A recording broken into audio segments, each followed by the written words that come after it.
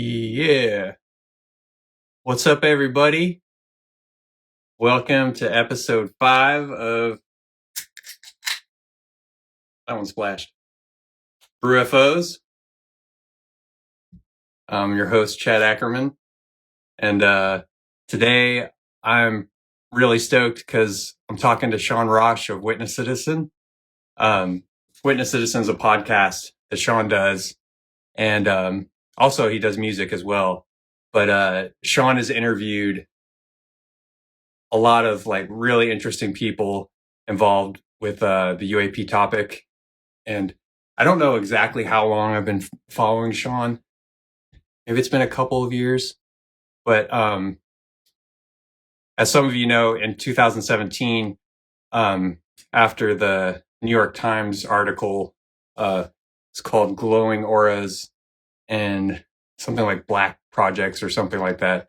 Can't remember it exactly, but it got me really interested in the topic, and also made me think back and I guess conjured up some memories that I forgot about of my own experiences. And I started looking into it. And so I started to look up other people that were interested in the topic. And that's how I found Sean. And the thing I like about Sean is he's not, he's not saying it's this, he's not sticking to like a narrative. He's really like open-minded, and he's just trying to like figure out what this is. I mean, a lot of people, I get some texts sometimes from or calls from friends and family, and they're like, talking to me about aliens and stuff. And it could be, definitely could be, but I don't know what it is. It doesn't seem like Sean knows what it is, and that's why I'm excited to talk to him about it. So yeah, let's get Sean on here. Let me see. I've already forgot how to do this. And thanks for everyone who's joining and that's going to be here after and watch this after. I upload all these to YouTube on the BrewFOs YouTube channel as well. So hold on a sec here.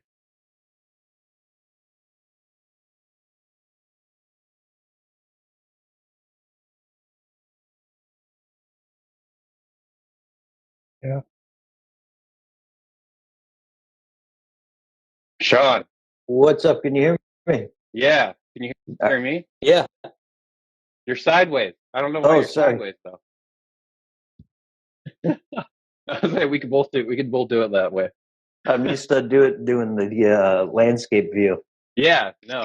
I haven't done the YouTube live yet. Okay. I should probably try to do a YouTube live. But... How are you, man? Good. Yeah, thanks for asking me to do this. Don't really do Instagram lives very often. Well, I have in the past, but just not recently. So looking forward to trying it. Hopefully I'm looking in the right place so I don't look like a goofball or anything. No, dude, before every this is the 5th episode, and I before everyone I always get so nervous. I'm not nervous to talk to you. I like knowing that other people are looking at me or listening to what I have to say, and like, I'm a musician, not an expert. You should be used to that. Well, kind of. Isn't it? Yeah, it's a lot different. And like, how is it for you? Do you still get nervous, like or do you get anxiety before you talk to people? No, not really. I guess music was a good way to kind of get used to crowds and being in front of people, I guess. But I was always singing and stuff, so the in between banter, I was always told to keep that to a minimum. So yeah. But when I first started doing a show, I was super nervous for a while because I was just on my own. And for whatever reason, it's more nerve-wracking when you have like a couple people watching you versus more, like, because you're just so vulnerable in that spot, and you have all these additional like things in your head, and fear of failure, what am I doing, all that kind of stuff starts swirling in your head, and you just got to find a way to tamp out that negative side of you and just roll with it. Yeah, And for sure. you'll get better and just keep going, you know. So yeah, it's so I think I don't know if I'm 2 years into it or not. I may be, but yeah, it's a whole lot easier doing it now than when I started. That's for sure. You know. So, Yeah. And but I mean, thank you for everything you've done too, man. Like, your, a lot of your interviews, and especially like, um, everyone, Sean, like, will break down documents. Like, I don't know where you get all of your documents. I think a lot of them are from the National Archives and Prominent. There's like an internet archive site as well. I know, but yeah, on my website I have this tab called research tools. And if you click witnesscitizen.com, so if you click on that, go to research tools.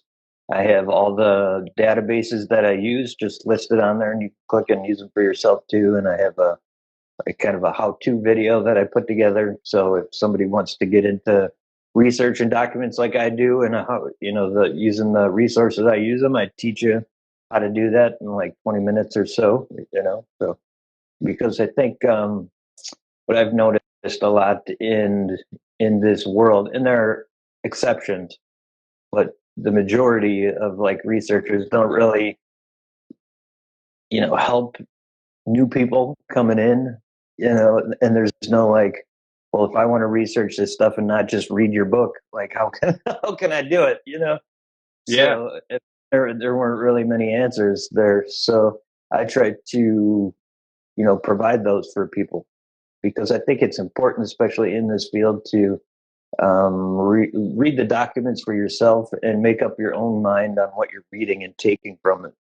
Versus, a lot of people will take documents, find documents, hoard those for themselves, and then write a book on it, yeah, with their spin, whatever it is, and it may be an honest one or not or whatever. But it's good for you to make up your own mind and not be like led into thinking what this could mean or what that could mean or whatever, and just take your time and read all the documents and let the picture kind of naturally be painted, for who you are versus what somebody wants you to think yeah, you're reading basically. And like I said, there are exceptions. One of the people that I really like, one of the authors that I like is Graham Rendell. If you're familiar with him at all. yeah. So, Actually, he's going to be on an episode in oh, great, I think it's June. So fantastic. I'm Yeah, excited about that. Yeah, he's great, because he gives the documents in his books, but he doesn't put any like unnecessary sensational spin on it. He just gives you the documents, gives it to you in a digestible way, pulls from other archives like newspaper archives or whatever, does all the research he can, and he puts all the facts that he's learned in that case in the book and says, well, here's what we're dealing with. What do you think? yeah, You know, and he doesn't dude. shy away Actually, from something that would hurt this story, yeah, which a lot of people will do. So yeah. When I was reading his book, the Foo Fighters one, I yeah, think it's the Five Eyes accounts, like, of from 1942 to 1945, I believe it was. yeah. So But like, I was like halfway through, and it kind of sometimes, like, I get this like feeling of dread because the accounts are just so weird that, yeah, like, I was like, uh like, like, what do I do with it? It's just yeah, so weird. And then decided to like put it down for a second. And when I was talking to Vinny Adams of Disclosure Team, and I was telling, like, this is not like this is not a insult to Graham, but like, if you don't like data, that's not a book for you, because he's just like straight yeah. up data. Sure, And like you were saying, like, it's not like his opinions about it or anything. And so um yeah. I And want to that's read how his it other should be. books. That's how it should Yeah, be. Because speaking from experience, reading the documents for myself when I first got into this, I was not a UFO person. I didn't read one UFO book. I didn't know any of the lore other than the obvious like stuff that's culturally, famous now, like Roswell and all that kind of stuff. I didn't know really anything, and the only way that I came to, a reasonable point of being educated on the past was reading the documents for myself, and that's it. And not reading, the, just not reading like published books, just reading the documents. Yeah. And I came to the conclusion that, like most people do when they do that, that there's something going on. And there's a lot of bullcrap that's happened behind the scenes, throughout the entire history. And so, but it's good to know that when you come to that conclusion, in the government's own words, and not in anyone else's, like the government typed out these documents, and you're reading them all and you're coming out with this conclusion. It's, you can, I guess you could say you can count on it to a certain extent. You don't have to ask, well, how do you know that guy's lying to you or whatever, So for sure. Yeah. I also think that for people like just getting into this, and that's another reason I wanted to start BrewFOs too, because it's just so weird and it's so interesting, and I don't know what's going on, and that's why I appreciate people like you, because like I said in the intro, like you aren't saying it's one certain thing, you're just trying to figure it out. But like the book In Plain Sight by Raasch is a really I try to tell people that like are trying to get into it, like that's a really good one to start with too, because it's almost like you're sitting in a room with him and he's just like this crazy investigative journalist that's like been in the game for so long and has covered so many different stories and worked for 60 Minutes in Australia and won all these Walkie Awards and like countless things Ross has done. But like hearing him like just so puzzled by it and going from the history, Sure. I think he starts in like the 1940s till now, and it's like, what the hell is happening here? So. yeah. And that's pretty much, and that's, Ross is a good dude, and that's a great book. And yeah, I mean, what is, like, that's the thing, is what is going on here? And it's been happening for such a long time in repeating cycles and fashions. It's like, nobody ever gets answers, and it's frustrating when something's, let's say you're on the other side of a door and something is on that other side of the door that's important. You don't know if it's good important or bad important, but something is on the other side of the door and you can't fricking open it. Yeah. And you got all your clues together to know that something's behind that door, but you just can't open it to find out, and it's so freaking frustrating because and because you just want to know. It's the humans love mystery, and it's the biggest mystery of our time, most definitely. So, and saying that it's the biggest mystery of our time, like it fascinates me too that the majority of people aren't interested even after 2017, even after now we have UAP legislation. Like this, I mean, I say this over and over to people, like we don't have ghost and Bigfoot and unicorn legislation. We have UAP legislation. Like that itself like speaks so much. Sure. Like and the fact that it's Democrat and Republican senators that made this happen. And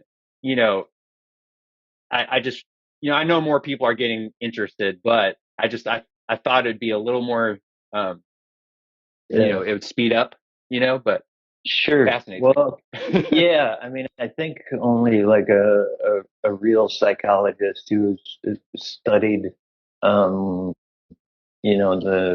human history and their nature for a sufficiently long time could even begin to dissect why that is. But from my perspective, it seems like there's a cornucopia of different reasons, so to speak. There's people that are probably just afraid. I know, like, for instance, I think it was maybe a couple weeks ago, I put on this mini series called War of the Worlds that came out in like 2019. and I put on the first episode. My wife and I were watching it, and of course, it's like an invasion thing or whatever. But it was too like she was too fearful of the scenario to continue to keep watching it. Like, this is too much. Yeah.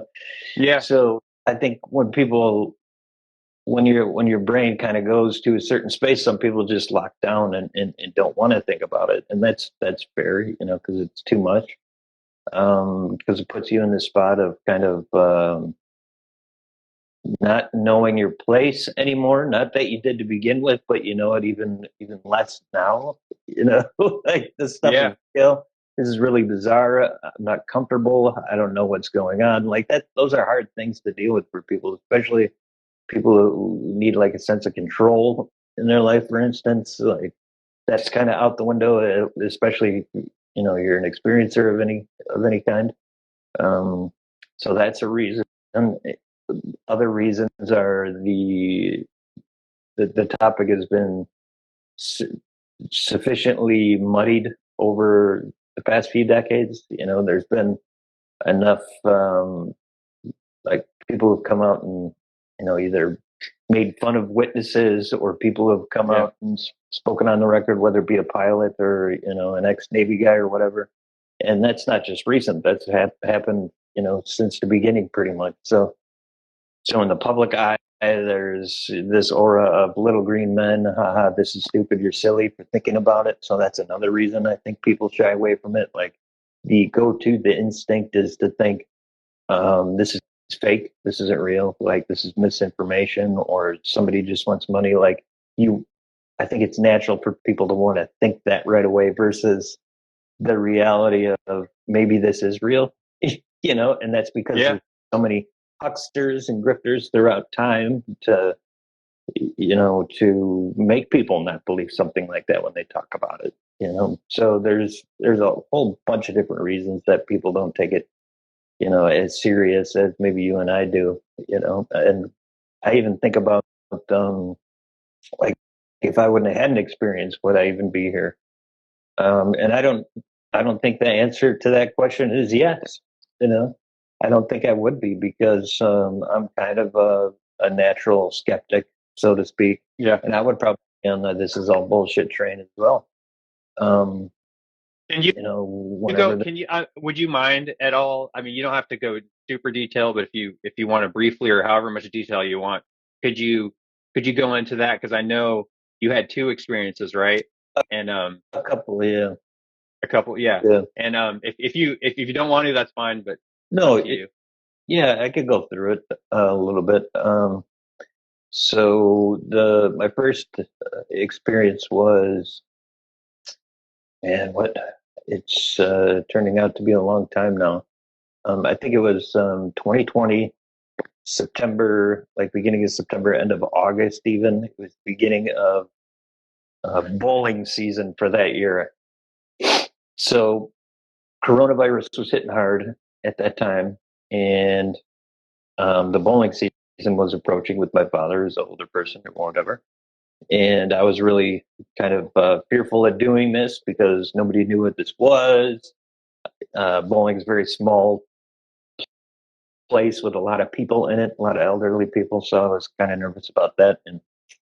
Um, and so it came to this point where I'm thinking about all this outside the backyard of my house. I'm just smoking a cigarette, and put it out, and I go back in the house, and I look up, and above my house is like a big sideways teardrop kind of thing, and it has like this electric like border, and it's a little bent at the tail, so it's not a perfect teardrop. It basically looked like it was going like this, and it went in and out in like a matter of a second or two. It was filled with like this thick white kind of, almost like a real dense fog or cloud, and it just came in and out, and it was literally like maybe 2 feet at arm's length from me above my house. It was 2 feet wide if you were to measure it at arm's length, or maybe a little bit bigger. So it was either, and I felt like it was closer to me. So then like far away and really big. So Yeah. if I would have had to guess, it was probably around that size, about 40 feet above my head. So that happened, and I kind of just brushed it off. My initial reaction was, that was wild, that was crazy. I don't know what the frick that was. Yeah. But I'm gonna move on with my life now and just think like, wow, that was crazy. So, and that's what I did. And then the first night of and this all happened within like a week or a few days. So that happens. Then the first night of bowling comes, opening night. I go there. No one's wearing masks. My dad gets upset with me because I said I'm not going to bowl if people aren't wearing masks. And we get into like a little thing, and he takes off.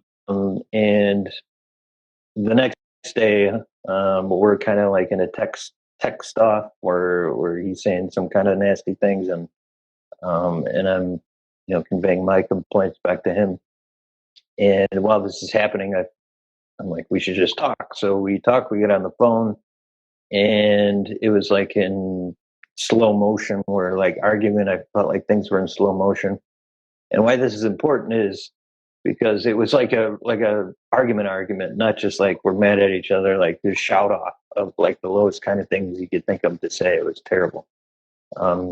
Mostly him at me, bringing up stuff from when I was like a teenager and all that kind of shit.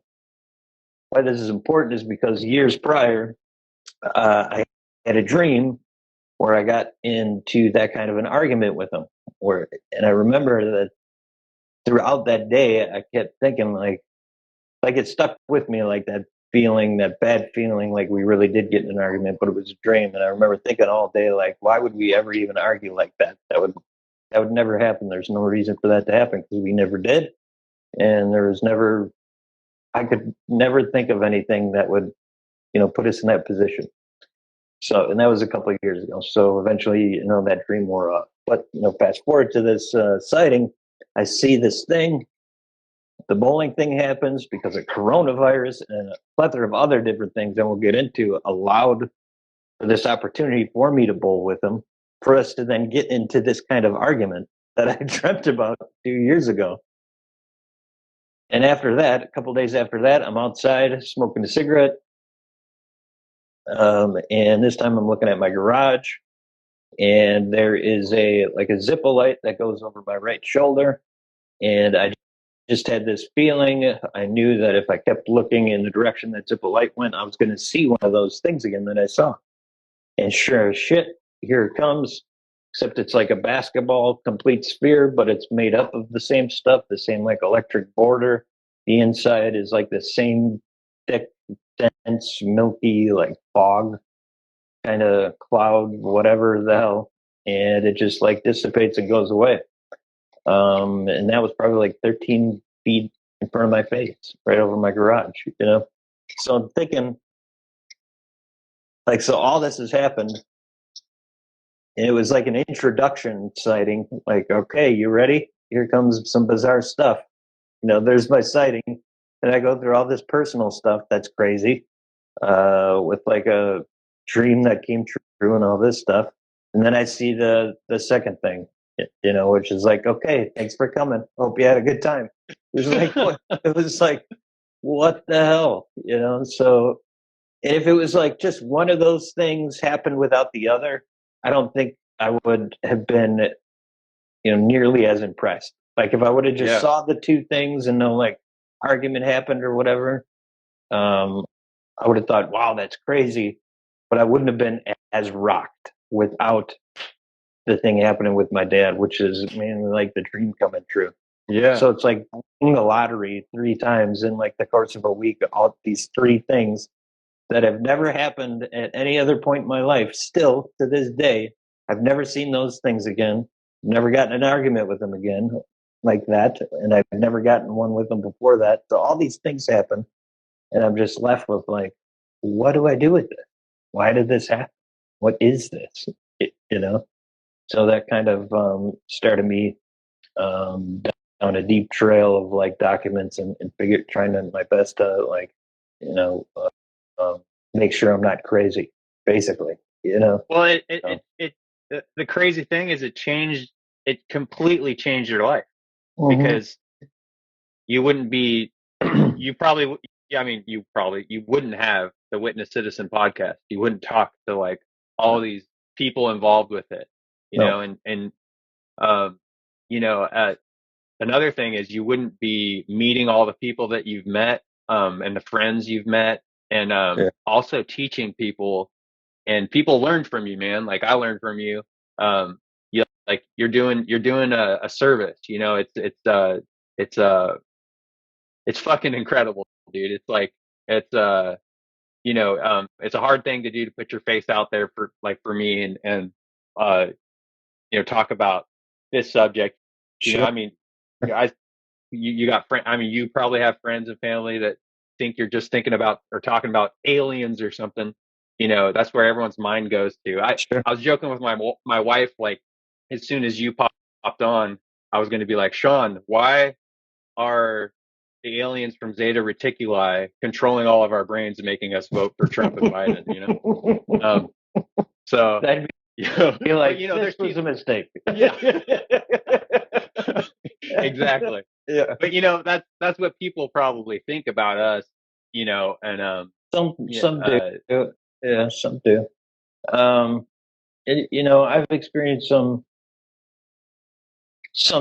it was like family and friends. At least on the face of it, it hasn't been so bad. I don't know what some people say behind my back, like or not, but I mean, I left the whole world that I was involved with, you know, before this happened. And to be fair, a lot of it was because of coronavirus too. Like there are more things that happened to me in my life that led up to this thing too. Like coronavirus. Like I had recorded an album and made my first vinyl record and pressed it myself, and I was all ready to play these shows, and it was a solo thing, and I was doing these open mics just to practice over and over again every week, which before that I did do open mics for like years and years.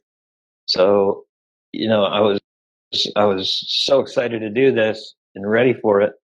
And this was in March, like earlier that year of my experience, and then everything closed, you know. And my show, my release show in April got canceled because the place closed. And I had just moved into this house like that same month that year. So all this stuff was like changing in my life, and then coronavirus, yeah, came down, and so I have all these vinyls now. I never played a show again, and yeah, my life just took a completely different trajectory, you know. So it's it's I don't know what I was getting at, but yeah, it's just kind of crazy. But with my family, you know, because of my experience, I've talked to my parents about it a little bit because they know I'm doing a podcast and I spend my time doing this and stuff. So, and I learned that my dad, had a sighting where he was younger and saw like a beam of light coming from something, and the beam of light was like going all over the place. My mom saw like a white apparition in her room when she was young that she thought was Jesus, which, like, if you knew her, like, that's not something that no one else knew that other than me at the time she told me that because I told her about my experience, you know? yeah, And then I learned my grandpa saw like a cigar shaped object before. Um, so that's interesting because those are sides or aspects of their life that I would not have otherwise known about either. So, and then other friends don't seem judgmental at all about it. I don't, like I said, I don't know if, how that goes when I'm not around, but you know, they're yeah. But you know, respectful with me. So, yeah, I think you're saying you didn't know where you were going with it with the you know when the pandemic hit, but I think you were just basically um relating to just like it's almost like a full on change just for life, mhm, like paradigm shift, mhm, like you yeah. know because life completely changed. I mean, just for you as a musician, like I'm a musician as well. You know, I have a band, and same thing happened. You know, we were just starting to play shows. The shows were getting better. Yeah.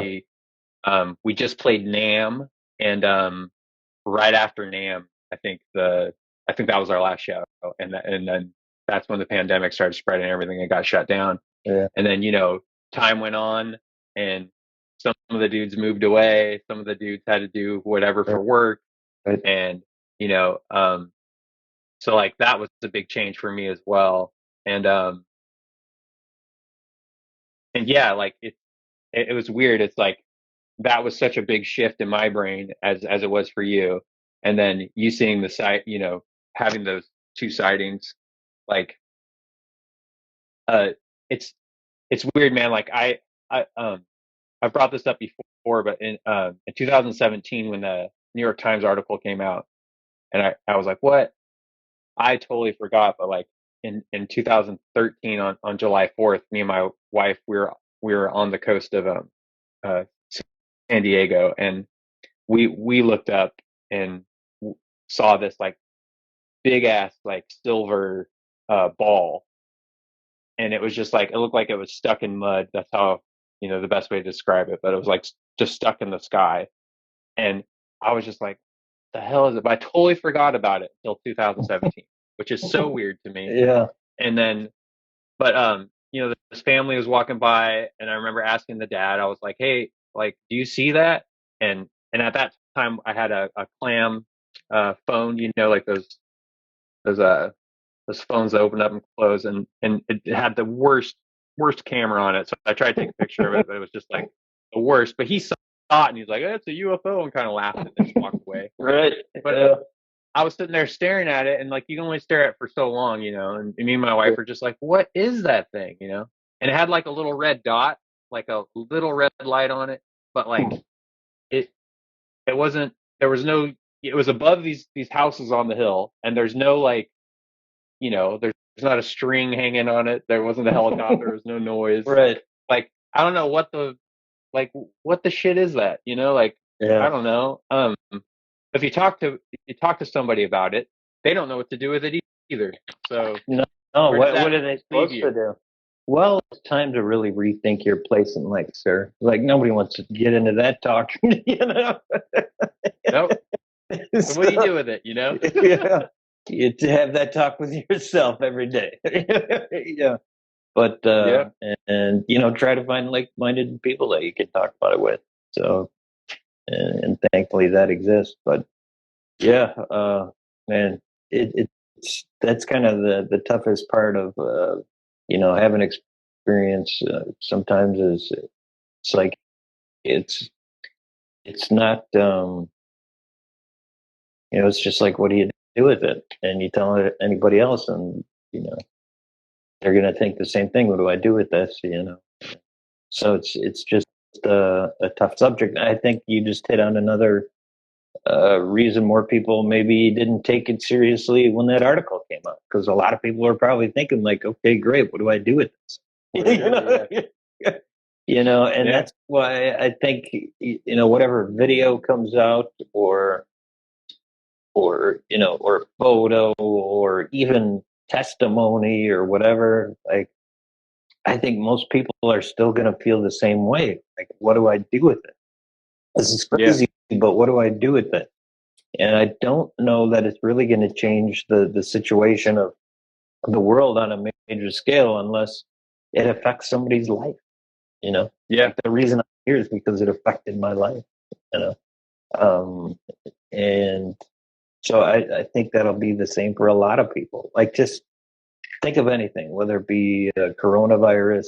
You know, like a lot of people didn't take that seriously until they got sick, or a loved one got sick, or something like that. You know, Yeah. until it affected their life. Um, and it's the same with everything, like war. Like, people here take our safety for granted, but you know, if there comes a time where, you know, war comes to our shores, or you know, loved ones go fight somewhere else, and they get injured or whatever, then they care because it affects their life. You know, Yeah. so, and I think it's going to be no different here. So, you know, as far as this disclosure goes, and that's why I always hate like the excuse of people aren't ready for it or whatever. It's like, come on, man. Have you been paying attention to, culture and in the people of, the world at all? Like, that's not how it works. Like, they care when their life is affected. There could be, Yeah. pandemonium or mass panic if everybody is seeing these things all the time. Everyone, like, if you just go outside and look up and there they are, that's when there's could be mass panic. Yeah.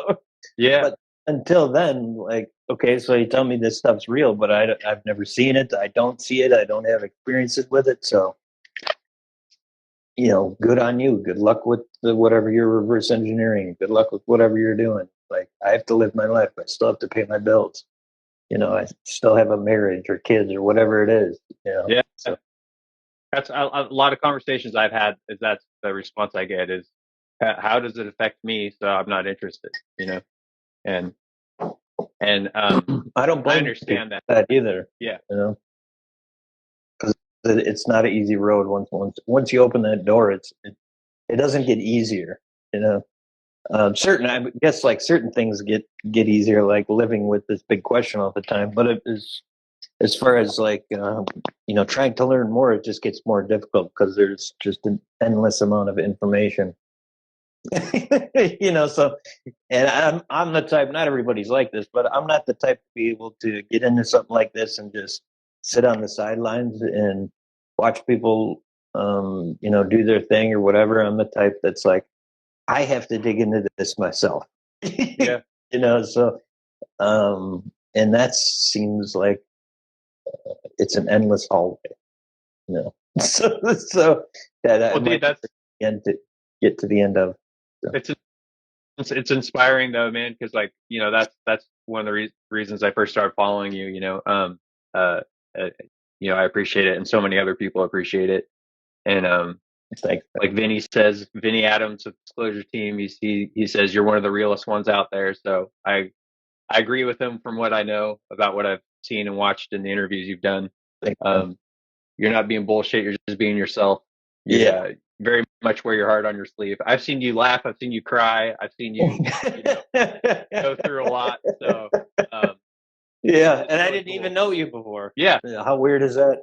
Yeah. Well, I think that's what a lot of people too, like, since you're so open, a lot of people feel like they know you. And, that probably helps, and like, we feel like, we're going through these documents with you when you go through a document, and you're like, dude, this is weird. Yeah. Like some of the recent ones you've done, like, I know you just did one with J. Christopher King, which is Sean's co-host sometimes. But for those of you that don't know, shout out to Jay, very nice man. Mm-hmm. I don't know him, but he seems like a very nice man. Super cool. Yeah. Yeah, but you guys were talking about like I think it was in the 50s with like this guy's, they recovered a body. Oh yeah, like late 70s. Yeah. 70s or 70s. Mhm. Okay. And they're like, he's like, I'm not saying the guy that like examined the body, I'm not saying it's extraterrestrial and alien. I don't know what it is, but it's not human, Yeah. or Yeah, that was a weird one. And those are hard for me to, like, stories like that are hard for me to get too into, because like I said, like, it's not coming from a government document. It's coming from this person who wrote books and all that kind of stuff. So I'm like, the alien body. Yep. This isn't a government document. I don't know. But, it, like, at some point, I think it should branch out to know what it's like out there, and, digest the story, and, reading the story and everything. It just seems like a really odd story that makes absolutely no sense. Yeah. And I didn't see there was no reason for me to go, this guy just wants money or he's just full of bullshit. I just thought, like, wow, that's crazy. Like, what do I do with this? Yeah. But, so, yeah, and I have those moments a lot in the document stuff. But yeah, sometimes I those outside of that world too. So you've interviewed so many people, you've talked to so many people. Do you have any like specific ones that jump out to you that where you were just like, whoa, like I the one you and Jay both did with Professor Gary Nolan of Stanford recently. For me, that was kind of like, holy shit, this is a guy with like 40 patents, and it's like, Yeah, you know, yeah. he's so well known, he's so renowned, like People he's don't talking about this. realize that. People don't realize like who Gary, and I tried to make that point, maybe failingly in the interview. But when we started, I was like, go watch his videos from like 5 years ago about like cell research and everything. Go Yeah. watch that and try to pay attention, and then like think to yourself how it makes sense that he's out here talking like this about this stuff. Yeah. Like do yourself that favor. Like people don't realize like the kind of some of the people that are out here right now, like the kind of people they are and how brilliant they are and how absolutely bizarre this all is like. And Gary Nolan is a brilliant person, and he's out here talking like this. Like people don't get that, Yeah. they just think it's like the bunkers. They just think like he's just a grifter, or like why would he lie about any of this stuff? He has no reason to come out here and tell fibs. He's got a perfect life pretty much, like everybody has problems, but he's well off, super successful and all that stuff. He has no reason to go on these podcasts or whatever and deal with Twitter trolls talking about this stuff. There's no point to it. Like, and that's what a lot of debunkers forget about. Like, okay, you're saying this, but like what you have to at some point come up with a reasonable intent, like, so what's the reasonable intent behind them doing this?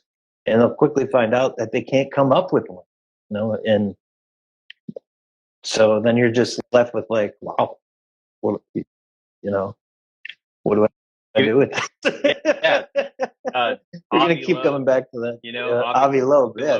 Mm-hmm. Harvard.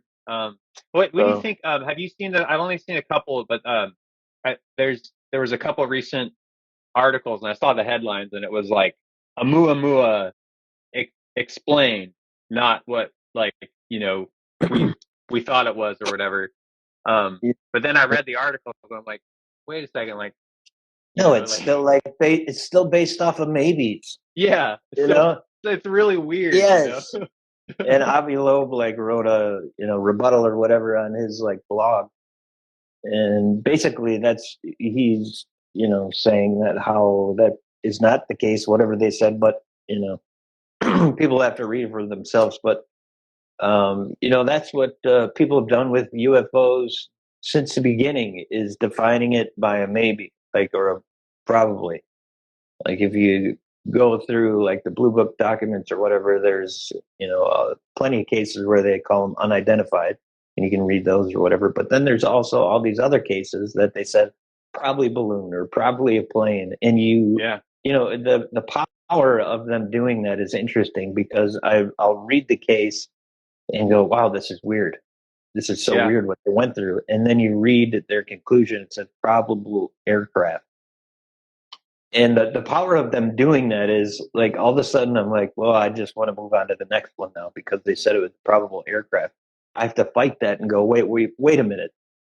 read this case. Like the radar guy said there was no air traffic in the area. So what do you mean probable aircraft? Yeah. Like there's no reason for you to put that. And that's what they do. That's what just people freaking do, man. And it's because what is your other option? Like, well, I don't know what it is. Well, what does that mean? Well, then I don't know. And they don't want to be in that position, Yeah. Nothing explains this. No one wants to admit that, because of what that entails. Now that means you have to deal with all these possibilities, of what it could be that you can't explain, which I'm sorry to say is not always a prosaic thing. Yeah. I mean, like Ryan Graves, he's the former F-18 Super Hornet pilot. He has his own podcast now. For those of you who haven't checked out Merged, MEERGED, Merge podcast. Ryan is, he said countless times that they were detecting these weird things, almost on a daily basis. And they were a flight risk, a safety hazard for their pilots. They were near misses. These things they were seeing were weird, but like, Ryan's saying that like these things would just stay stationary in like, I forgot what he said, like 130 knot winds or something, Yeah, some high winds. and for like over 12 hours. Like as Yeah. far as I know, we don't have anything like that. That Right. does anything like, and that's what he says. And he's worked for like DARPA and like Yeah. some crazy shit. Like Ryan's a very, very intelligent guy, Mhm. you know? Yeah. So, And and again, we have people like debunkers or whatever, like pretending that they know better than, some of the world's most trained pilots, um, no one like David Fravor, like some of these guys are yeah. like, they're the Top Gun, they're the Tom Cruises of the world in Yeah. these things, and they just chalk it up to something prosaic and stupid. Like these people don't want it to be something prosaic and stupid. Don't you think this guy would have wanted to find out that it was a balloon, or would have wanted to be able to write it off instead of taking this weird ass course in life of where he's talking about UFOs and all that kind of stuff? Like nobody wants to deal with that. Like you're put in this position that now you feel like you have to because you're so affected by it. But nobody really wants that. Like I'm sure you would. He's the type of guy that would prefer a quiet life working, at an aerospace company or whatever. Like, but just people don't understand that. And then, like what he went through is not unique either. It's happened for so many years, so many years. And in the old days, the Air Force were the debunkers. Because you'll read cases like amazing cases of visual and radar contact where the guy sees the thing moving and it correlates with what the radar says. And then you'll read the Air Force's final report and they'll go, well, the radar was just anomalous targets. And what the person saw was most likely Venus. Because again, like what? Because there's no explanation. So, but they have to in Blue Book. They had to have an explanation. Otherwise, you're going to have, like 60% unknowns, and you have to tell the country that and all that stuff. So, it's just, and the same thing happens now, except it's not the well, maybe the government's saying it too behind the scenes, but now we have people like Mick West and Green Street saying that to the pilots. It's just too bad. So. Yeah, and if people don't know who Mick West and Stephen Greenstreet are, they're pretty much, well known in the UAP UFO community for they just try to basically debunk anything that comes out that seems semi-credible or credible, and they're always saying something else. Who wants to make a career out of that? By the way, like, or I'm saying career, but let's pretend no one's paying them. Like, who wants that to be their hobby? What's your hobby? Well, my hobby is just basically shitting on anyone who says they saw a UFO, or especially if they're like important people. Then I definitely try to crap all over them. Like that's my hobby. That's what I do every day. Like what? That's not a thing. Like who does that? Like just. Well, I mean, it's the trolls too, man. Like I want to talk about trolls for a second, or the trolling. I've had times where I've seen someone post something or say something, not even about the UAP subject, but I'd be like, you get this urge real quick. Oh, I got to reply. Like, what the hell? And then I'm like, what? Why do I need to? Like, that's weird. But there's people that are online every day, and they're just like trying to tear people down, or just like, say some negative shit. And when I go onto UAP Twitter or UFO Twitter, um, you know, I'll see people I follow, like they'll post like, oh, this person said this or this, like, don't listen to what they say. And I'm always kind of like out of the loop because I don't think I follow those people that are saying it or what. But I remember about a year ago, some of the people I was following on there, I started seeing them like troll other people. And I was like, man, I don't want to like unfollow this person, but like, I just don't want to see this like negative shit constantly, because like, what are you doing? Like, if you have a disagreement with someone, you can say it politely, like, hey, I don't think this is true, or like, I think you're being disingenuous here, or, what about this evidence?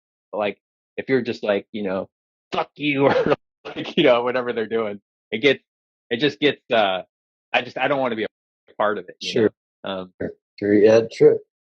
The first thing I would say about that is it's not unique to UFO Twitter. yeah, It happens everywhere, kind of social media wise. But so UFO Twitter doesn't get off the hook of that either. At first, when I first started like participating in social stuff, it's kind of hard to. It was hard for me to find my bearings, I guess. Where it was important for me to say something and where it maybe wasn't so important for me to say something. I learned that like getting into any of those kind of arguments with people that were negative or whatever, or even speaking my own mind on something that maybe wasn't as important as I made it to be, and then got into like Twitter arguments with people, it is not worth it. And for me, I came to that maybe selfishly, I guess, but I just paid attention to the way it made me feel, which was not like a happy-go-lucky thing. So I was like, I don't want to deal with this because I don't need this kind of negativity in my life. Like, I don't want to be, wrapped up in a stupid Twitter fights with a fake world with people I've never even met before. Like, and yeah, now I feel this way all day or whatever. Like, screw that. So I'll block people or meet them because I don't want to deal with that.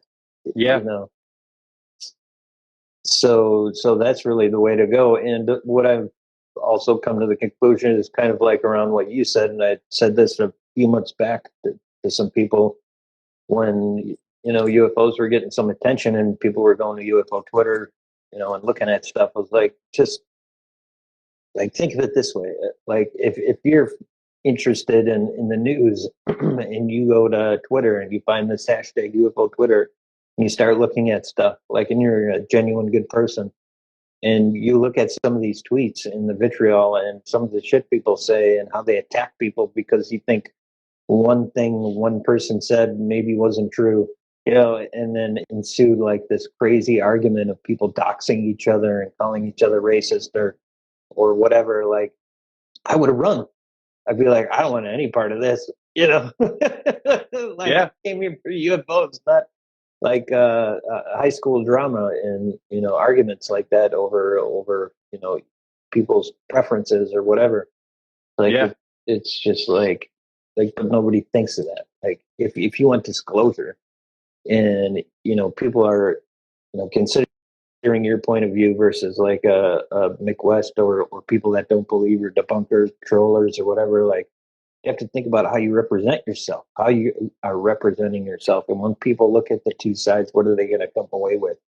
And if you're the mature one having intelligent conversations, you don't engage with that low level trolling, like, that's going to make everything more respectable. It's going to make UFOs yeah, respectable. It's going to make people who troll the UFO people just look ridiculous. And like, what are they getting out of it? They don't even engage back with them, like stuff like that. So that's where I'm at now with it. Like, there's still people that you know have made fun of my music and all that kind of stuff on Twitter, or complain about me on their YouTube shows or whatever, and I don't give back because that's what a lot of times that's what people want too, is they want the attention, they want you to go back and fight with them, yeah, and to make things about them somehow, when none of this stuff is about low level interpersonal quarrels like that. It's about the bigger picture. So I'm not getting involved with that stuff because I don't know. You can't live in my head rent free. I don't let people do that anymore. So yeah. I mean, and disagreements are fine. Like, if you sure, disagree with somebody, that's cool. But it's just like how you're saying, it's just like the way you go about it. Like it's people have a really you hard know, time having disagreements in this space. yeah. Hmm. And I like it when people call me out and say I'm wrong, because you learn from it. Like if someone's like, oh, you did this or that information was wrong or whatever, and then I can look into it. I mean, as long as it's, they can show factually, but like, that's how you learn and whatever. But like, yeah, just the negativity. I've seen it on UFO Twitter, and like you were saying, it's everywhere. But just for the people getting new to the subject, if you are going on UFO Twitter or UFO Instagram or whatever social media, it's going to be there. Think for yourself, and I would say disengage. Just like Sean's saying, like Pay attention to how you're feeling. Like, yeah, if whatever you're looking at, or whatever makes you feel a way that's not good, or positive about yourself or whatever, like just think about getting rid of it, like blocking it or moving it. And you can, because this is a virtual world. This isn't work where you have to sit by somebody you hate to get a paycheck. You're going to do it, and it should be a hobby or something that at least you enjoy. Like, so if you can kind of tailor that to yourself, like, why not? And there are, like, people give the echo chamber argument. Well, then you're just the echo chamber. Not true. There are people that are skeptical and are respectful about it that don't start drama. They exist. So you can have them and follow them too and engage in conversation with them. It doesn't mean you live in an echo chamber because you don't want to have all out Twitter fights about your opinion. Yeah. So, Dude, I'm sure you get these too. Like, I'll get these personal messages that are like, they've figured it out. Like it's alien, whatever. Like I was joking before, like they're saying it's like some type of alien and this is their agenda and this is exactly what they're doing. And I can't believe you don't know this, or like almost like they know and you don't. And I just don't know how to, so I like, okay. Like, good luck with your journey, or like I'm like, all right, I don't know what. Don't feel forced to reply. I'll say that. So yeah. But yeah, I mean that's totally another thing too. Is there's been people in this thing paying attention to this long before 2017. Who have come to their conclusions, and a lot of those are typically rooted in people who follow people who may write books and are pretended or are convicted about a certain outcome of this or scenario of this, and they're attached to it. Or some people have had real true blue experiences that have left them thinking something was extraterrestrial, whether it's an abduction. Like what are you supposed to think about that? So there's different reasons that people are convicted about it, but truly, if somebody really pretends to know the answer, I'm going to pretend to not know them, because that's a bad sign to me. Yeah. Yeah, because it's for me there's too, man. no way for anyone to know that based off of what's publicly available to people. So even the abduction thing can be, Jacques Vallée talks talks about that. And how do you know that they're aliens? Just because they say they are, it doesn't mean they are. What if they're lying? What if it's like a holographic display that something else is showing you, because they want you to see something like this or whatever. There's so many reasons that you could say they're not, and so like you should always question pretty much everything, like that's good advice. I so badly want to say what I saw was this or that, I want to be able to say it was extraterrestrial or an angel or whatever. Like I want to, but I can't do it, and that sucks, but I can't, and I flirted with the idea of like landing on a theory I like and just committing to it, but it's like, I really can't. I'm just really, I have no proof. Yeah. So, dude, I'm being such a poser. This is called BrewFOs. I opened my beer in the beginning, and I haven't even taken a sip. Do you even have any beverage with you? I got an iced latte I made. Hey, cheers, right, my friend. Cheers. I do. The last one last episode, I rewatched it. It was with the former Navajo Rangers. Oh, cool. Sergeant Jonathan Dover and Lieutenant Stan Milford. And I saw in the beginning, I cheers them And then they both drank, and I was like, I must have been so nervous or something. I just put my beer down. I was like, I just like sat there for like an idiot. And uh, Yeah, so don't worry about it, man. I was just so into what you were saying. I was like, I totally forgot I even had anything here. Oh yeah, don't worry. What I mean. So, Yeah, I got my drink. You know, well, I'm not sure if it's good or not yet, but since I haven't played shows, I've found myself not really drinking anymore. yeah. You know, so but I have an espresso machine that I got, so I make my lattes and stuff like that. I was a barista for a very long time, so I love Oh, yeah. making the lattes and grinding the beans and doing it all manually. So Yeah, you know what you're doing. yeah, Oh, yeah, I love yeah, coffee, man. I can't. And uh, people out there, I'll drink coffee on here one of these days or tea or something. well, I have I nothing stopped drinking. against it. Yeah, I just like I wasn't in that environment anymore, and so like, and I never really bought beer for like my house or anything unless people are coming over. Yeah, I just always had it at the club or wherever I was. So it's like, oh, I guess I'm not doing that anymore. I don't feel like going and getting a 6-pack or anything and drinking by myself tonight. So well, dude, I didn't even drink beer, and then we toured all of England in the winter, in like I think it was like 2010, and I I thought beer smelled gross.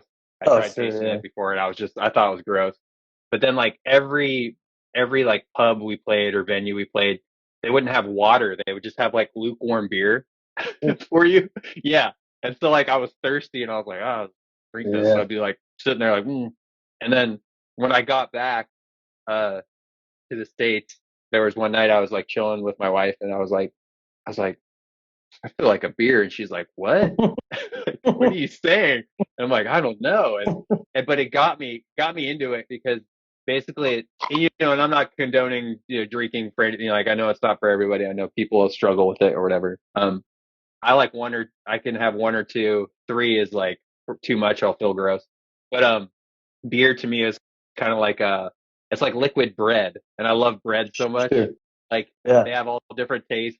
And we lived in LA for a while, and then we moved back to the San Diego area in like about 2 years ago. And this is like the mecca of breweries, dude. Like, there's Well, so many breweries everywhere. I can't even touch them all. Like there's just, I mean, it's hard to I don't even know how many there are. But so I've really got back into it. Like, I want to try this one. I want to try yeah, that sure, one. sure. Yeah, I might, So, I might again. Summer's coming up, so that used to be one of my favorite things, sitting outside with a beer and a smoke. So yeah, man. yeah, If you come out to San Diego, man, hit me up. yeah, for sure. I'll show you around. Yeah, Me and my wife will show you around. yeah. I've been in San Diego for a short time once, a few years ago. Was just in San Clemente about a year ago. Oh, okay, that's pretty close. Yeah, Yeah. that was fun. I lived in Hollywood for a little while too, but Oh yeah, me too, man. yeah, Crazy. Yeah. Um, LA. Sorry, LA, but their brewery scene was kind of like, yeah, there's some good ones here and there, but there's nothing like San Diego. yeah. It's But not a brew. Yeah, you need the kind of smaller type of cities to do the breweries. Because it needs a hipster vibe to it. yeah, no, for sure. Same with coffee. Yeah. Like coffee So, needs, yeah. Portland, Yeah. Milwaukee, we got a brewery. Yeah. It's been a while since I've been in Wisconsin, but dude, I always write notes, and I got to pass over my notes or look at my notes real quick and make sure we've hit everything. Sure. That I don't even know how long we've been going, but this has been About an great, hour. dude. Yeah. Okay. Yeah. I mean, I asked you about. I mean, I know we kind of it's fine. We're just flowing, but like some of the guests you've talked to, like if any have really stood out to you. I mean, that Gary Nolan one was the recent one. That's why we kind of went off on Gary Nolan. Sure. Yeah. Do you want to comment anything else on like any guests you've talked to? They all have something different to offer, in my opinion. Some of my more favorite conversations are just really with Jay. to be quite honest with you. Yeah. Because we get to know, Yeah. we've gotten to know each other, and we can kind of dig into deeper holes, I guess. And when I'm interviewing somebody else, sometimes it's like the first time we get to talk or whatever. So it kind of stays surface level for a little while. But other than that, I just I love talking to Gary Nolan, Avi Loeb, Lost Cold Heart was great. Hopefully I'll have him back for Ralph Blumenthal. And then I have, guests that maybe people don't really know too much about, that are great too. So, I tried to not just have anybody, just have a show. I try to bring something to the table. So whether it's through a guest or a document. So, that's one of my favorite things about doing this is meeting so many different people in so many different walks of life, and I don't really have favorites. I just kind of enjoy it all, I guess. Well, dude, but I started BrewFOs to connect people to people like you because, I'm not going to be, I mean, maybe in the future we'll see where this leads, but I'm not like interviewing my first episode was with Scott Wolter. That was amazing, and I love all the guests I've had. Christian down there says interviewed Harry Reid. I did. Oh, you did? Whoa. Okay. That was his last interview ever of his whole life. No way. Mm-hmm. That's a big deal. Senator Harry Reid, everyone. If you don't know who Senator Harry Reid was, he was the majority Senate leader for a while out of Utah. Nevada. Nevada. Okay. Yeah. And he's one of the reasons we are where we're at right now with all this information coming out because I can't remember. Sean, you would know better than me, obviously, but maybe you can fill people in a little bit. It's kind of a longer story, but yeah, you have to go into the whole George. thing. I have introduced him to Bob Bigelow, which who ran and owned the company that wound up getting a contract to study UFOs and did some studies at Skinwalker Ranch and stuff. Yeah, but yeah, that was his last interview before he passed on, and I even asked him if he believed in an afterlife. In that, whoa, and he said yes. Yeah. Wow. So and a lot of the interview was just like that was. I've never had a show that had more just like technological hiccups than that show. That was like the worst. Like he was live, he kept freezing. Oh shit. And we're live and I'm with Harry Reid and I'm like, what the hell? All these people are watching. I'm like, what is going on? And they wanted to cancel it. His system was like, let's just do this a different time. And somehow, some way, I stayed super calm live, and I'm like, oh, we'll figure this out. And I had him call me, and I, somehow synced up like the phone sound to the stream, so we did just like a phone interview. Wow. So we got a good solid half hour out of that, but the first half hour was like, oh my god, dude. And that's like the last interview he had was that. So it's like, on the one hand, I want to like tell people and share the interview. This is his last interview. On the other hand, I'm like, this is a complete clusterfuck. So I don't. He's just so I don't want to share it. Yeah. No, I'm sure. Yeah. I mean, you guys probably talk about. I mean, you talking to him about the afterlife, like right before he dies. Like that's pretty. It's pretty wild. Crazy. Yeah. But there's some serious, like, to go back to your trolls thing, people don't understand this. One person commented, at least I didn't kill Harry Reid. That's how low people get. Yeah, that's like, and I get humor. Like, I get humor. People are, some stuff's untouchable. Like, they think you can joke about anything, but like, that's pretty. Yeah. Crazy people out there, man. Like, obviously, I don't take that serious because I'm like, wow. But I'm just like, what is wrong with some people that like they do that? That's crazy. I could never let myself do something like that. You know, especially publicly. You know? Like, that's like, wow. I feel bad for those people, to be honest, sometimes. It's got to be a sad, sad existence. well, And too bad. I want to ask you too about there's Sure, I got to rumors get of going in a little bit. Is that okay? yeah. Okay. Can I ask you two more quick things Yeah, real quick? of course. Okay. Um, uh, hearings possibly in April. You're hearing Yeah, about that? yeah. Well, you just want to know what I think about it, or if Yeah. I'm. What Yeah, do you think about it? sure. I'm I hope they don't I'm just suck. hoping. Yeah. Like last That's year. all I'm thinking about. Yeah, yeah. Last year kind of sucked. I mean, we've had them, so that was good. Yeah. But anything of substance, not too great. The people that were testifying at least pretended not to really know much. So in April we're going to have it. Yeah, it's kind of confusing to me. The April hearings, we have some people coming out like Tim Burchett or whatever, and Matt Gaetz and other people. Well, Tim mainly is talking about hearings, and that he got approval that we're going to have hearings, and we're going to hear from the right people. So that's good. Yeah. But then there's an article in Politico that came out that mentioned hearings, and they didn't mention really anything about UFOs. They just talked about the balloons, the whole article. So kind of left you with like there's going to be hearings on balloons in April. So it's like everything in ufology. There's like two narratives. Like, well, what is it? Are we doing the Tim Burchett way where we're learning about crash retrievals and serious stuff, or are we doing are we basically just doing a balloon hearing, which would just be so stupid? So it's like, and the political. Oh, you froze, Sean. Oh no. About that.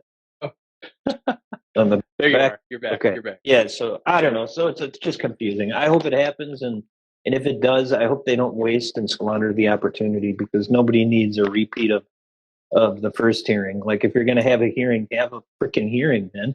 Yeah. Like Agreed. everybody knows who should be up there at this point if you're paying attention. Yeah. Like, and if you don't know, just throw Lou Elizondo up there.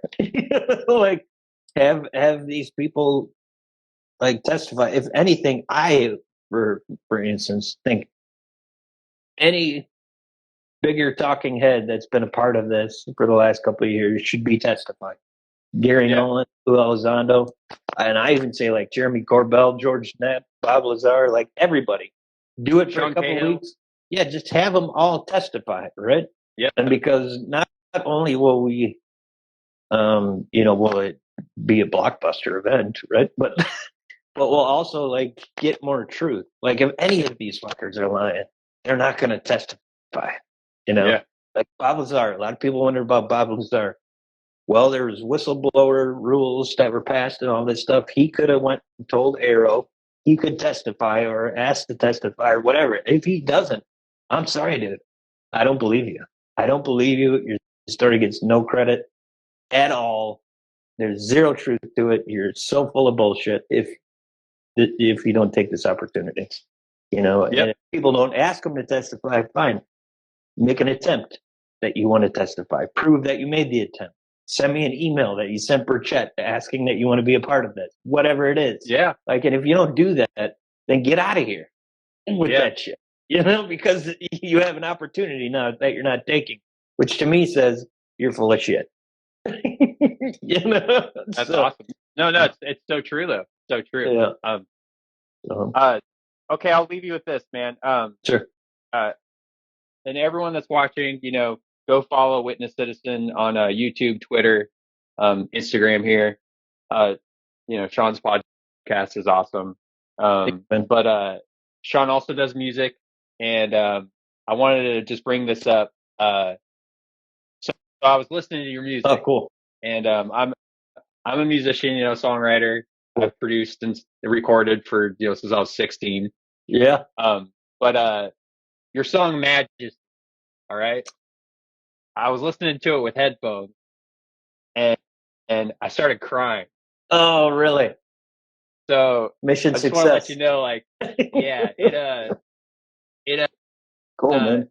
It hit me hard, dude.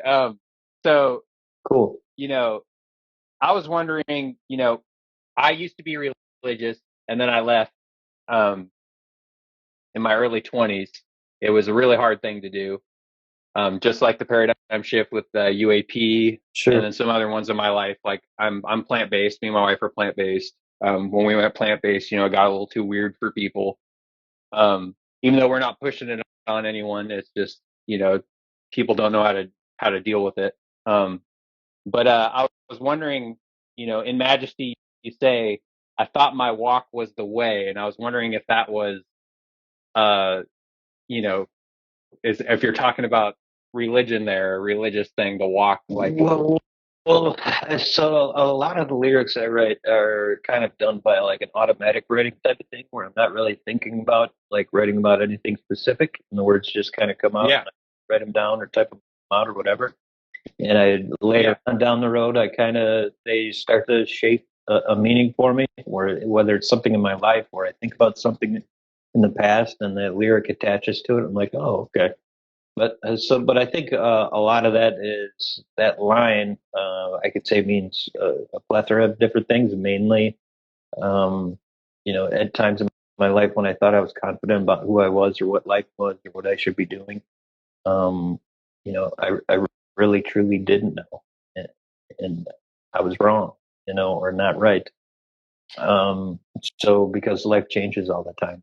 I like you grew up in a non-denominational Christian home.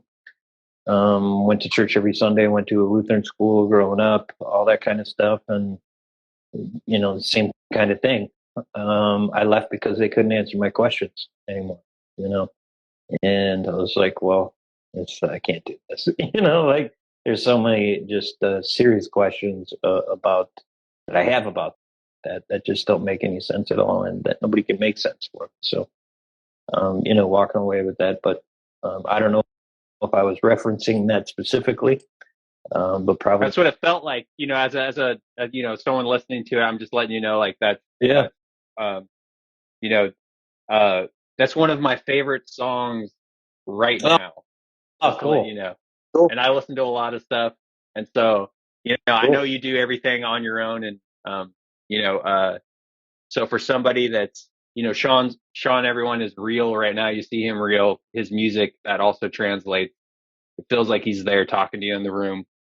So your other song, Ad Astra, that was most recent, I think. I really digging that one. Cool. Yeah, I like the line. Vibe.